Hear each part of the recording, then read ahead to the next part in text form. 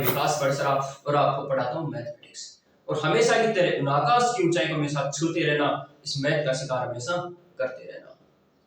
जैसा कि आप सभी जानते हैं, मैं पढ़ाने वाला हूँ आपको पूरी की पूरी 11 और 12 की मैथ, और हर प्रश्नावली वाइज मैं आपको हर क्वेश्चन कराऊंगा, एक एक क्वेश्चन कराऊंगा और हर एक एक उदाहरण कराऊंगा। सिंगल क्वेश्चन व उदाहरण भी मिस नहीं करूंगा, ठीक है। तो आज अपना टॉपिक जो चल रहा है वो चल रहा है कॉम्प्लेक्स नंबर। जो 11 का टॉपिक है उसको अपन देखेंगे।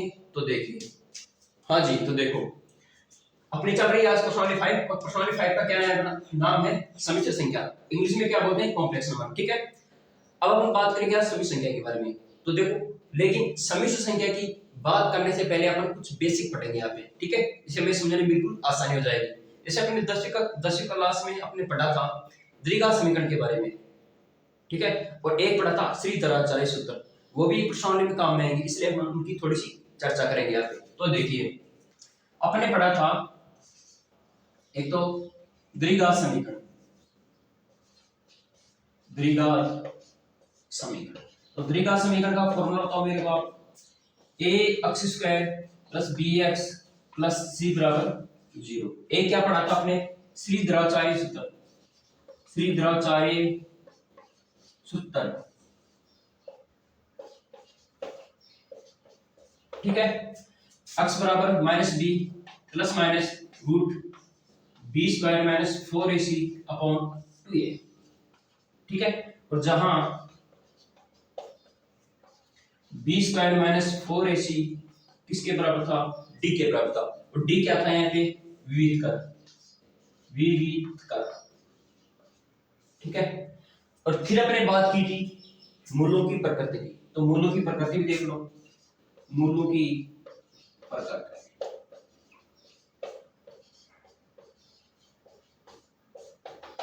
मूलों की प्रकृति में अपने सबसे पहले देखा था यदि दो भिन्न भिन्न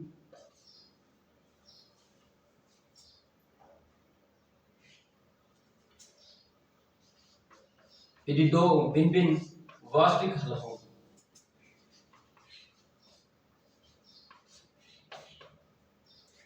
तो कंडीशन देखी थी अपने b² - 4ac का मान ज्यादा होना चाहिए 0 से। सेकंड देखा था अपने यदि दो समान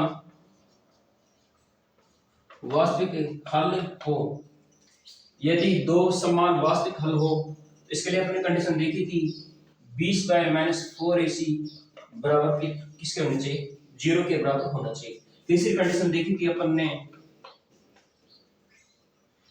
यदि कोई वास्तविक हल ना हो, यदि कोई भी वास्तविक हल नहीं हो तो फिर कौन सा हल होगा? काल्पनिक हल होगा या समिश्र हल होगा, ठीक है। तो यहाँ पे लिख लो नीचे काल्पनिक हल या फिर समिश्र हल, ठीक है। तो यह भी बिल्कुल समझ में आ गया, बिल्कुल इजी था, आसान था। तो इसको एक बार यहाँ से लिखो, फिर आपके मैं जो भी पढ़ाऊंगा वो आपका दिमाग बिल्कुल सेट हो जाएगा, ठीक है। तो लिखो इसको एक बार। तो देखिए, अपने पढ़ा था यदि मूलों की प्रकृति के बारे में, उसमें थर्ड पॉइंट था यदि कोई वास्तविक हल ना हो तो कौन सी कंडीशन आएगी? b² - 4ac का मान कम होगा 0 से, ठीक है। तो फिर यदि वास्तविक हल ना हो तो कौन से हल होंगे? काल्पनिक हल होंगे या फिर समिश्र हल होंगे, ठीक है। यहीं से अपनी समिश्र संख्या की शुरुआत होती है। देखिए कैसे, देखो यदि समिश्र हल होगा या काल्पनिक हल होगा तो कौन सी संख्या आएगी?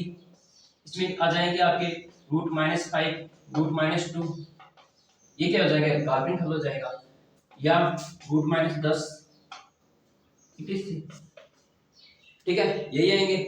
अब देखो, अपने एक समीकरण के बारे में पढ़ा था, जैसे x² + 1 = 0, ठीक है।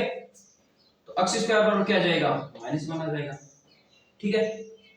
तो x बराबर क्या आ जाएगा? √-1 आ जाएगा, ठीक है। x बराबर क्या आ जाएगा? √-1। क्या ये संख्या इससे आगे हल हो सकती है? आप बोलोगे सर नहीं हो सकती, लेकिन मैं बोलूंगा हो सकती है। कैसे हो सकती है वो देखो।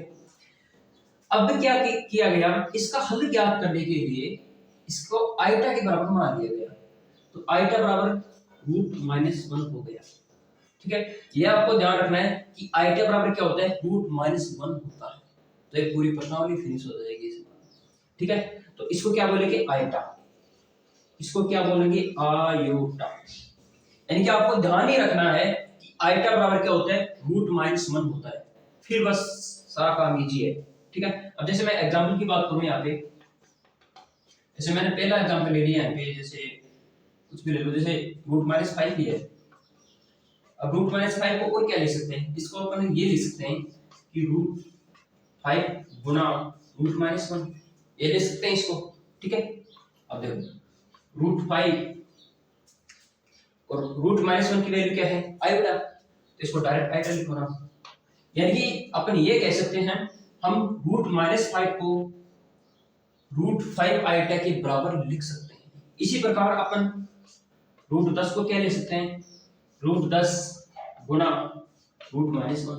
ठीक है, तो इसके किसके बराबर आ जाएगा, √10 आयोटा के बराबर आ जाएगा, क्योंकि √-1 की वैल्यू क्या है, आयोटा है। यानी कि √-10 को क्या लिख सकते हैं, √10 आयोटा लिख सकते हैं। इसी प्रकार आप डायरेक्ट बताना कि √21 को अपन क्या लिख सकते हैं, तो डायरेक्ट बताओ √21 आयोटा लिख सकते हैं। ऐसा बिल्कुल समझ में आ गया, क्लियर हो गया आपके दिमाग में। ठीक है, सेट हो गया दिमाग में बिल्कुल। तो इसको एक बार लिखो, फिर चलते हैं इससे आगे। तो देखो इसको, अब देखो अपना टॉपिक आता है सबसे पहला सम्मिश्र संख्या। इसको इंग्लिश में क्या बोलते हैं, कॉम्प्लेक्स नंबर। आखिर सम्मिश्र संख्या होती क्या है। ठीक है, आपने पहली बार सुना है, लेकिन आपने कौन संख्या के बारे में आज तक पढ़ा है, अपने प्राकृत संख्या के बारे में पढ़ा है, पूर्ण संख्या के बारे में पढ़ा है, पूर्णांक के बारे में पढ़ा है, परमेय संख्या के बारे में पढ़ा है, अप्रमेय संख्या के बारे में पढ़ा है, वास्तविक संख्या के बारे में पढ़ा है। ठीक है, तो अब थोड़ी सी उनकी भी चर्चा कर लेते हैं, फिर अपन सम्मिश्र संख्या की बात करेंगे। उसके बाद आपके दिमाग में बिल्कुल सेट हो जाएगा। तो देखो एक बार, तो अपन बात करेंगे सबसे पहले प्राकृत संख्या के बारे में। नॉर्मल सा बताऊंगा मैं आपको यहाँ पे। तो प्राकृत संख्या क्या होती है, वे संख्याएं जो 1 से स्टार्ट होकर अनंत तक जाएंगी। ठीक है, आगे देखो सेकंड पूर्ण संख्या। पूर्ण संख्या कौन संख्या हो जाएंगी, वे संख्याएं जो 0 से स्टार्ट होकर अनंत तक जाएंगी। ठीक है, इसके बाद आता है आपका पूर्णांक। ठीक है, पूर्णांक कौन सी संख्या, पूर्णांक में क्या क्या आ जाएगा, वे संख्याएं इसमें 0 और प्लस माइनस की सभी संख्याएं क्या होगी, विद्यमान होगी, वो क्या हो जाएगा, पूर्णांक हो जाएगा। इसके बाद आती है आपकी प्रमेय संख्या। प्रमेय संख्या, प्रमेय संख्या वे संख्याएं जिनको P/Q के रूप में लिखा जाता है, वो संख्या कौन सी संख्या हो जाएगी, प्रमेय संख्या। तो P/Q के रूप में लिखी जाएगी, और Q बराबर क्या होना चाहिए, 0 नहीं होना चाहिए। Q बराबर नॉट इक्वल टू 0। ठीक है, अब मैं बात करूंगा यहाँ पे वास्तविक संख्या की। वास्तविक संख्या, अच्छा वास्तविक संख्या के अंदर कौन संख्या आ जाएगी, वास्तविक संख्या के अंदर सभी संख्याएं आ जाएगी। जितनी भी संख्या मौजूद है वो सभी संख्या किसमें आ जाएगी, वास्तविक संख्याओं में आ जाएगी। जैसे आपकी प्राकृत संख्या, पूर्ण संख्या, पूर्णांक संख्या, प्रमेय संख्या, ये सभी संख्याएं वास्तविक संख्या में आ जाएगी। तो लिख दो सभी संख्याएं, यानी सभी संख्याएं किस संख्या में आ जाएंगी, वास्तविक संख्याओं में आ जाएगी। ठीक है, ये तो नॉर्मल बातें थी, तो इसको लिखो एक बार, फिर अपन पढ़ते हैं सम्मिश्र संख्या के बारे में। तो देखो सम्मिश्र संख्या के बारे में, आखिर सम्मिश्र संख्या होती क्या है। तो मैं एक एग्जांपल लेके आपको समझाऊं। जैसे कोई संख्या है, जैसे 2 कोई संख्या है। ठीक है, यदि 2 के अंदर मैं यदि कोई आइटा का पद और जोड़ दूं, तो वो कौन सी संख्या बन जाएगी, सम्मिश्र संख्या बन जाएगी। ठीक है, ये तो आपको समझाने के लिए था। अब इसका फॉर्मूला देखो आप। ऐसे सम्मिश्र संख्या क्या होती है, सम्मिश्र संख्या की बात करूं मैं यहाँ पे, तो सम्मिश्र संख्या बराबर क्या होता है, z बराबर a प्लस आइटा। ये कौन सी संख्या का रूप है, ये सम्मिश्र संख्या का रूप है। ठीक है, एक जहां a और b क्या है, वास्तविक संख्या है, वास्तविक संख्या है। ठीक है, z बराबर क्या है, a प्लस आइटा b, ये क्या है, आपकी सम्मिश्र संख्या है। और जहां ए और बी क्या है, वास्तविक संख्या है। आगे बिल्कुल दिमाग में सेट हो जाएगा, टेंशन करने की कोई आवश्यकता नहीं है। ठीक है, अभी अभी देखो आप ए क्या है, मैं आपसे बोलूं कि ए क्या है, यहाँ पे ए क्या है वास्तविक भाग, बी क्या है काल्पनिक भाग। ठीक है, तो बी काल्पनिक भाग क्यों है, क्योंकि ये आयता के साथ आ रहा है। ठीक है, जो संख्या आयता के साथ आएगी वो कौन सी संख्या हो जाएगी, काल्पनिक काल्पनिक भाग हो जाएगा। वो कौन सा भाग हो जाएगा, काल्पनिक भाग। जो संख्या आयता के साथ आ जाएगी वो कौन सा भाग हो जाएगा, काल्पनिक भाग। ठीक है, ये क्या है यहाँ पे, वास्तविक भाग। क्या है, वास्तविक भाग। इसी प्रकार मैं बी की बात करूं तो बी क्या है यहाँ पे, काल्पनिक भाग। क्या है, काल्पनिक भाग। अच्छा, इसको मैथमेटिक्स में लिखने का जो तरीका होता है ना, वो क्या होता है, रियल पार्ट ऑफ जेड बराबर क्या हो जाएगा, ए हो जाएगा। तो इसको लिखने का जो तरीका होता है, रियल पार्ट ऑफ जेड, इसको इस प्रकार से लिखते हैं, रियल पार्ट ऑफ जेड क्या हो जाएगा, ए हो जाएगा। ठीक है, इसको मैथमेटिक्स में लिखने का जो तरीका होता है ना, वो होता है इमेजिनरी पार्ट ऑफ जेड क्या हो जाएगा, बी हो जाएगा। मतलब कि वास्तविक भाग क्या हो जाएगा, ए हो जाएगा, काल्पनिक भाग क्या हो जाएगा, बी हो जाएगा। अब बी काल्पनिक भाग क्यों हुआ, क्योंकि आयता के साथ आ रहा है। ठीक है, जो आयता के साथ आ जाएगा वो क्या हो जाएगा, काल्पनिक भाग हो जाएगा। जैसे मैं एग्जांपल की बात करूं यहाँ पे, जैसे मैंने कोई एग्जांपल ले लिया, z बराबर 3 + 4 आएगा। अब मैं बात करूं यहाँ पे, तो इसमें वास्तविक भाग बताओ, काल्पनिक भाग बताओ। तो वास्तविक भाग क्या हो जाएगा, 3, और काल्पनिक भाग क्या हो जाएगा, 4 हो जाएगा। तो लिख दो इसको इस बार। तो वास्तविक भाग क्या हो जाएगा इसमें, वास्तविक भाग 3। और मैथ में लिखने का तरीका, मैथ में लिखने का तरीका, रियल पार्ट ऑफ जेड क्या जाएगा, 3 के बराबर हो जाएगा। और काल्पनिक भाग की बात करूं मैं इसमें, काल्पनिक भाग क्या जाएगा, 4। इसको क्या बोलेंगे मैथमेटिक्स में लिखने का तरीका, इमेजिनरी पार्ट ऑफ जेड किसके बराबर हो जाएगा, 4 के बराबर हो जाएगा। ठीक है, अब एक एग्जांपल की बात करता हूं मैं इसके अंदर, वो आप बताओ मेरे को। इसमें एग्जांपल नंबर 2 को फर्स्ट है। ठीक है, अब जैसे मैं जेड बराबर बात करूं यहाँ पे, कोई भी संख्या ले लो आप, जैसे 5 + 7 8। ठीक है, अब मैं बात करूं इसके अंदर काल्पनिक भाग और रियल भाग की, यानी वास्तविक भाग और काल्पनिक भाग की बात करूं, तो आप बताओ मेरे को। तो इसमें रियल भाग क्या हो जाएगा, रियल पार्ट ऑफ जेड क्या हो जाएगा इसके अंदर, 5।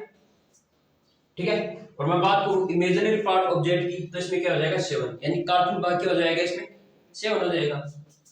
क्यों हो जाएगा, क्योंकि आयता के साथ है। ठीक है,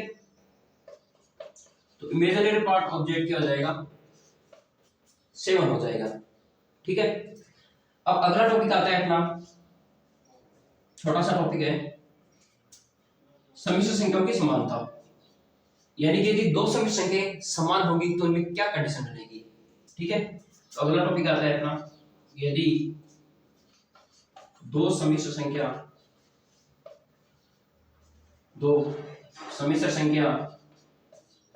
समान होंगी, यदि दो समिश्र संख्या समान होगी तो क्या कंडीशन रहेगी इसके अंदर, ध्यान रखना। z1 बराबर मैंने दे दिया a + i b, और z2 ले लिया मैंने c + i d। ठीक है, तो असम से क्या क्या करना है, समान करना है। यानी कि z1 बराबर किसके है, z2 के लेंगे। ठीक है, तो लिखो a + i b बराबर c + i d। ठीक है, यदि दो समिश्र संख्या समान कब होंगी, यदि z1 बराबर ये हो गया तो z2 बराबर अपने ले लिया, ये ले लिया, और z1 बराबर z2 के इक्वल करा, तो a + i b बराबर क्या होगा, c + i d के।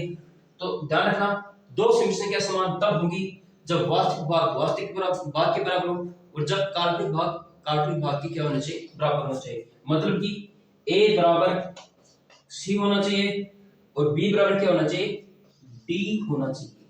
ठीक है, तो ये कौन सी, ये क्या होगी, दो समिश्र संख्याएं समान होंगी, उसकी कंडीशन ये बन गई, a बराबर c और b बराबर d।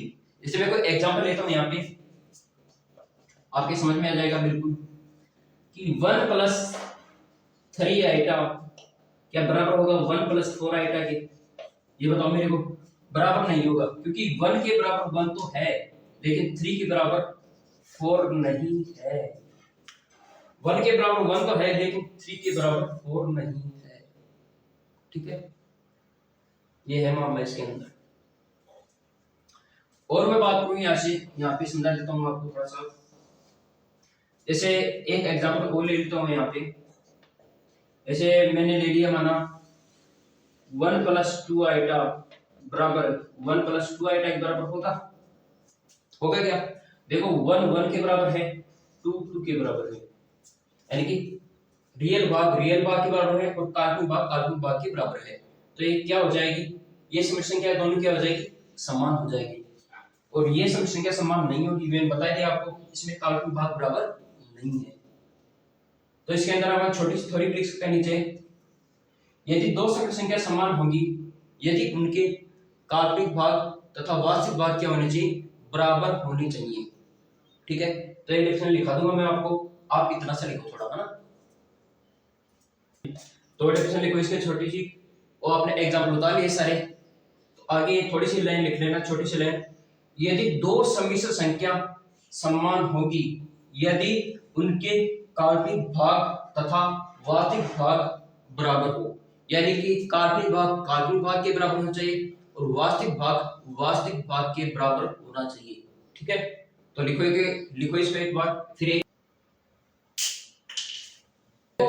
उदाहरण नंबर 1 देखो बहुत सिंपल है। यदि 4x बराबर ये अपन को दे रखा है समीकरण, जहां x और y वास्तविक संख्या है, तो x और y का मान ज्ञात करो। ठीक है, बहुत सिंपल है। अपने पढ़ा था दो संख्या समान होगी यदि क्या होना चाहिए, जैसे अपने पढ़ा था a + आइटा b बराबर c + आइटा d। ठीक है, ये z1 था और ये z2 था। ठीक है, तो a बराबर अपने c किया था और b बराबर d किया था, यानी कि वास्तविक भाग के बराबर और काल्पनिक भाग के बराबर। ठीक है, तो वही यहाँ पे काम करेंगे अपन, यानी 4x 3 के बराबर होना चाहिए और ये वाला समीकरण -6 के बराबर होना चाहिए। ठीक है, तो 4x किसके बराबर होगा, 3 के बराबर होगा, तो x बराबर 3/4 यही होगा। ठीक है, अब देखो 3x - y किसके बराबर होगा, -6 के बराबर होगा। ठीक है, अब देखो x का मान क्या है यहाँ पे 3/4, तो 3 × 3/4 - y बराबर -6 के बराबर होगा। वेरी सिंपल है। अब इसको सॉल्व कर लो, 9/4 - y बराबर -6। ठीक है, तो y किसके बराबर हो जाएगा, -6 - 9/4, ये क्या है -y, तो -y बराबर 6 × 24 - 9/4। ठीक है, तो -y किसके बराबर हो जाएगा, -33/4, माइनस कैंसिल, y बराबर अपन को प्राप्त हो जाएगा 33/4, यानी कि x बराबर अपन को 3/4 प्राप्त हुआ और y बराबर अपन को प्राप्त हुआ 33/4। बहुत सिंपल था क्वेश्चन, बहुत इजी था। तो देखो इसको एक बार। अब अपना अगला टॉपिक आता है आइटा की उच्च घातें। ठीक है, अब आइटा की उच्च घातों का मतलब हम आइटा स्क्वायर की बात करेंगे, आइटा की पावर 3, आइटा की पावर 4, आइटा की पावर 7, जितनी भी घातें बनती हैं आइटा की, मैक्सिमम आइटा की पावर 99, आइटा की पावर 1000, यानी कि आइटा की मैक्सिमम बातें अपने आप पढ़ने वाले हैं। ठीक है, तो देखो अपन को पता है कि आइटा की जो वैल्यू होती है वो क्या होता है, √-1 के बराबर होती है। ठीक है, तो मैं जब इसका स्क्वायर करता हूं तो आइटा स्क्वायर और क्या आ जाएगा, -1 आ जाएगा। जब मैं आइटा क्यूब की वैल्यू ज्ञात करता हूं, इसको तोड़ो, आइटा स्क्वायर इनटू आइटा। ठीक है, तो आइटा स्क्वायर के मान -1 और आइटा तो अपन को प्राप्त हुआ -आइटा। ठीक है, तो आइटा की पावर 4 का मान बताओ मेरे को, इसको तोड़ेंगे अपन, eta square into eta square. ठीक है, आइटा स्क्वायर का मान -1, तो -1 गुणा -1 बराबर क्या आ जाएगा, 1 के बराबर आ जाएगा। अब मैं बात करूं यहाँ पे आइटा की पावर 5 की, तो इसको तोड़ेंगे अपन, आइटा की पावर 4 इनटू आइटा, ऐसा लिख सकते हैं। तो आइटा की पावर 4 का मान 1 आइटा, यानी कि आइटा की पावर 5 का मान क्या हो गया, अपन को आइटा प्राप्त हो गया। ठीक है, तो अपन आप एक बात ध्यान रखना, स्टार करके लिख लेना कि आइटा की पावर 4n का मान हमेशा 1 होता है। मैंने क्या कहा कि आइटा की पावर 4n का मान हमेशा क्या होता है, 1 होता है, जहां n बराबर 0 1 2 3 और ये क्या तक जाएगा, अनंत तक जाएगा। ठीक है, यानी जहां पर भी 4 का गुणक आ जाए आइटा की पावर में, वहां पर आइटा का मान क्या हो जाएगा, 1 हो जाएगा। जैसे मैं बात करूं एग्जांपल के रूप में, जैसे आइटा की पावर 20 का मान बताओ मेरे को, आइटा की पावर 4n के रूप में है ये। ठीक है, यानी कि 4 का गुणक है, 4 का गुणक है, आइटा की पावर 20 का मान क्या आ जाएगा, 1 आ जाएगा। जैसे मैं बात करूं आइटा की पावर 24 का मान, ये भी बना जाएगा। जैसे मैं बात करूं आइटा की पावर 32 का मान, ये भी बना जाएगा, क्योंकि ये सभी 4 के गुणक है, यानी इनमें सभी में 4 का भाग जाता है। ठीक है, तो ध्यान रखना कहीं पर भी आइटा की पावर 4n आ जाए, वहां पे सिंपल सा आंसर है 1 कर देना। ठीक है, यह बात आपको समझ में आ गई बिल्कुल। अब चलते हैं हम थोड़ा सा आगे। इसमें बात करूं यहाँ पे, मैं आपसे पूछूं कि आइटा की पावर 21 का मान बताओ मेरे को, तो अपन को एक ही बात ध्यान में रखनी है, आइटा की पावर 4n का मान क्या होता है, 1 होता है। तो देखो क्या 21 आइटा की पावर 4n के रूप में है, नहीं है, इसे कम 20 है, आइटा की पावर 20 आइटा की पावर 4n के रूप में है, यानी कि 4 का इसमें भाग जाएगा, यानी कि आइटा की पावर 20 इनटू आइटा, इसको इस रूप में अपन तोड़ सकते हैं। अब देखो आइटा की पावर 4n का मान 1 हो जाएगा, ये समझ गए मेरी बात। तो यहाँ पे क्या बचा, आइटा बचा। ठीक है, अब मैं बात करूं यहाँ पे आइटा की पावर चलो 39। ठीक है, अब आइटा की पावर 39 का मान मेरे को बताना है। ठीक है, अब देखो अपन को आइटा की पावर 4n के रूप में लेना है, तो देखो क्या 39 है, 4n के रूप में नहीं है, 38 नहीं है, 37 नहीं है, 36, हाँ 36, आइटा की पावर 36 इनटू आइटा की पावर 3, इसको इस रूप में तोड़ो। अब आइटा की पावर 36 का मान क्या हो जाएगा, 1 हो जाएगा। ठीक है, क्योंकि 4 से डिवाइड हो रहा है 36, तो क्या बचा यहाँ पे आइटा की पावर 3, आइटा की पावर 3 का मान क्या होता है, माइनस आएगा।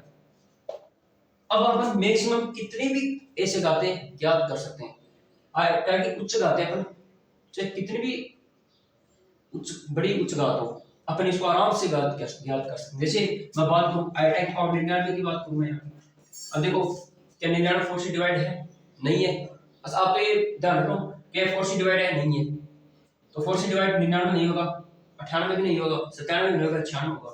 तो आइटा की पावर 96 इनटू आइटा की पावर 3, अब ये 4 से डिवाइड है पूरा का पूरा, और ये क्या बचा आइटा की पावर 3, तो ये क्या हो जाएगा 1 हो जाएगा, और बचा क्या आइटा की पावर 3, वही हमारी साइड का आंसर होगा इसका। ठीक है, अब मैं बात करूं जैसे आइटा की पावर 105। ठीक है, अब देखो 105 क्या 4 से डिवाइड है, नहीं है, 104 है क्या, 104, हाँ 104 पूरा पूरा डिवाइड है 4 से। ठीक है, तो इसको किस प्रकार से तोड़ेंगे अपन, आइटा की पावर 104 इनटू आइटा। ठीक है, इसका मान क्या हो जाएगा, 1 हो जाएगा, और क्या बचा सिंपल आइटा, यानी कि आइटा की पावर 105 का मान क्या होगा, आइटा होगा। बस अपन को ये देखना है कि 4 से डिवाइड है या नहीं, यदि नहीं है तो इसे पीछे चलते जाएंगे। जैसे आइटा की पावर 105 में यदि 4 से डिवाइड नहीं है तो 104 क्या डिवाइड है, हाँ 104 4 से डिवाइड है, तो आइटा की पावर 104 इनटू आइटा भी इसको तोड़ लिए, इसका मान 1 हो गया, आपके पास क्या बचा, आइटा बचा। ठीक है, अब मैं बात करूंगा एक महत्वपूर्ण टॉपिक क्या है, एक एग्जांपल है। जैसे मैं बात करूं यहाँ पे 1 बटा आइटा, 1 बटा आइटा का मान बताओ मेरे को। ठीक है, तो इसका मान अपन कैसे ज्ञात करेंगे, इसका मान ऊपर नीचे आइटा से गुणा करो तब इसका मान प्राप्त हो जाएगा। तो 1 बटा आइटा तो है अपने पास, गुणा आइटा अपन आइटा, ऊपर क्या है आइटा, नीचे क्या होगा आइटा स्क्वायर, ये 2 नहीं है, आइटा है। ठीक है, अब अब नीचे प्राप्त हो गया आईटा स्क्वायर, अब आईटा स्क्वायर का मान -1, तो इसका आंसर क्या आ जाएगा माइनस आईटा, यानी कि 1 बटा आईटा का मान क्या हो जाएगा माइनस आईटा के बराबर हो जाएगा। ठीक है, तो इतना आप लिखो, फिर अब देखते हैं इससे आगे। तो अगला टॉपिक आता है अपना समिश्र संख्याओं का बीजगणित रूप। ठीक है, तो उनमें सबसे पहला टॉपिक आता है, सबसे पहले कंडीशन आती है समिश्र संख्याओं का जोड़, यानी कि दो समिश्र संख्याओं को अपन कैसे जोड़ेंगे वो देखो। जैसे मैंने z1 बराबर ले लिया a प्लस आईटा b, और दूसरी समिश्र संख्या z2 है वो क्या है c प्लस आईटा d। ठीक है, अब मैंने को क्या करना है z1 प्लस z2 करना है। ठीक है, तो इन दोनों को जोड़ दो, a plus आईटा b plus c plus आईटा d यह आ जाएगा। ठीक है, अब वास्तविक भाग के साथ जोड़ो, काल्पनिक भाग को काल्पनिक भाग के साथ जोड़ो, तो a प्लस c, और यदि इसमें आईटा को मैं ले लेता हूं तो आईटा b प्लस c, यानी कि सिंपल सा जोड़ है, कुछ भी नहीं है इसके अंदर। ठीक है, ये बात आपको समझ में आ गई। अब अपन लेते हैं कि एग्जांपल, जैसे एग्जांपल की बात करूं मैं यहाँ पे, जैसे मैंने कोई माना को z1 माना, जैसे 3 प्लस 4 आईटा, और z2 ले लिया मैंने 1 प्लस 2 आईटा। ठीक है, अब उनको करना है z1 प्लस z2, तो इनको सिंपल सा जोड़ना है और कुछ भी नहीं ना करना, 3 प्लस 4 आईटा प्लस 1 प्लस 2 आईटा। ठीक है, देखो वास्तविक भाग के साथ वास्तविक भाग जोड़ो, यानी कि 3 प्लस 1 प्लस 4 आईटा प्लस 2 आईटा, काल्पनिक भाग के साथ अपन को काल्पनिक भाग जोड़ना है, तो 3 प्लस 1 4, अब 4 आईटा प्लस 2 आईटा कितना होगा 6 आईटा, तो इसका आंसर क्या हो जाएगा 4 प्लस 6 आईटा। ठीक है, वेरी सिंपल था, तो इसको लिखो एक बार। इसमें जो अगला टॉपिक आता है सम संख्याओं का घटाव, यानी कि दो सम संख्याओं का अपन घटाव कैसे करेंगे, इसको बोलते हैं अंतर, दो सम संख्याओं का अंतर। ठीक है, तो देखो एक बार, इसमें z1 ले लिया a प्लस आईटा b, और z2 ले लिया अपने c प्लस आईटा d। ठीक है, अब उनको सिंपल सा करना है z1 माइनस z2। ठीक है, तो a plus आईटा b minus c plus आईटा d। ठीक है, यही तो होगा घटाव इसका, तो वास्तविक भाग में से वास्तविक भाग घटाओ, तो सिंपल थोड़ा सा इसको सिंपलीफाई करो, a plus आईटा b minus c minus आईटा d, यही होगा। अब देखो a माइनस c, वास्तविक भाग में वास्तविक भाग घटाओ और काल्पनिक भाग में से काल्पनिक भाग घटाओ, तो आईटा b माइनस आईटा d, ये हो जाएगा सिंपल इसका आंसर। अब अपने एक एग्जांपल लेंगे, उससे आपको बिल्कुल दिमाग में सेट हो जाएगा। ठीक है, अब जिसमें एग्जांपल की बात करूंगा यहाँ पे, जैसे मैंने z1 ले लिया यहाँ पे 3 प्लस 4 आईटा, और z2 ले लिया तो मैं यहाँ पे 1 प्लस 2 आईटा। ठीक है, अब हमको करना है z1 माइनस z2। ठीक है, तो 3 प्लस 4 आईटा माइनस 1 प्लस 2 आईटा, यही तो होगा। ठीक है, 3 प्लस 4 आईटा माइनस 1 माइनस 2 आईटा। ठीक है, अब इसको सिंपलीफाई कर तो हो जाएगा काम, वास्तविक भाग में से वास्तविक भाग उठाओ, यानी कि 3 माइनस 1 तो क्या आ जाएगा 2, प्लस 4 आईटा माइनस 2 आईटा, तो कितना बचाएगा 2 आईटा बचाएगा, यही तो इसका आंसर। ठीक है, अब एक एग्जांपल को ले लेता हूं मैं यहाँ पे, ये एग्जांपल और ये एग्जांपल नंबर 2। ठीक है, अब एक उदाहरण ले लेते हैं अपन आपको समझाने के लिए, जैसे 7 प्लस 8 आईटा, और z2 ले लिया मैंने ऐसे 4 प्लस 4 आईटा। ठीक है, अपन को ज्ञात करना है z1 माइनस z2, वही सिंपल सी बात है। सबसे पहले z1 लिखो, तो 7 प्लस 8 आईटा माइनस 4 प्लस 4 आईटा। अब इसको थोड़ा सिंपलीफाई करो, कोष्टक को खोलो, तो 7 प्लस 8 आईटा माइनस 4 माइनस 4 आईटा। ठीक है, अब थोड़ा सा आगे चलो, तो 7 माइनस 4, वास्तविक भाग में से वास्तविक भाग घटाओ और काल्पनिक भाग में से काल्पनिक भाग घटाओ, तो 8 आईटा माइनस 4 आईटा, तो 7 माइनस 4 3, 8 आईटा माइनस 4 आईटा 4 आईटा। ठीक है, ये इसका आंसर हो जाएगा 3 प्लस 4 आईटा। तो इसको एक बार देखो आप, आशा करता हूं कि आज आपने जो भी पढ़ा वो आपके दिमाग में बिल्कुल सेट हो गए हैं। ठीक है, तो आपको क्या करना है, इस चैनल को क्या करना है, आपको सब्सक्राइब करना है और हाँ यार, अपने एक दोस्त के पास शेयर जरूर कर देना, ताकि ज्यादा से ज्यादा हमारे भाई इसका लाभ उठा सकें। क्योंकि आपको पता ही है, मैं आपको 11 और 12 की पूरी मैथ पढ़ाने वाला हूं, ठीक है। और हर एक एक क्वेश्चन और हर एक एक उदाहरण करवाऊंगा, आपकी कोई क्वेश्चन में दिक्कत नहीं आएगी, ठीक है। धन्यवाद।